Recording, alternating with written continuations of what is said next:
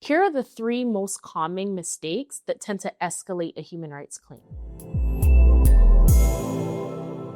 Mainly, it's minimization. So if something comes across your desk and you are now faced with a human rights issue that's occurring in the workplace environment, if a party or a complainant rather feels that their issue has not been heard properly, that tends to escalate the likelihood of a human rights claim. Another common mistake is when findings do not necessarily respond to the discrimination alleged.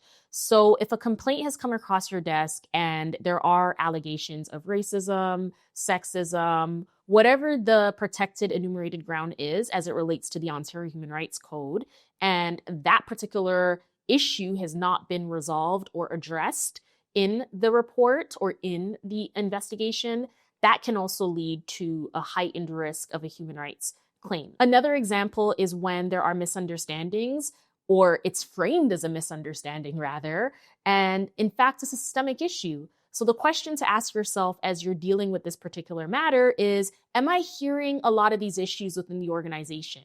Are there actually interest groups, so interest-based groups that have aligned themselves and are all saying the same thing? These are common indicators that what this complaint is on your desk might be pointing to a bigger issue that requires a more pointed solution. So that pointed solution can be things like a workplace investigation in that particular instance for that particular complaint.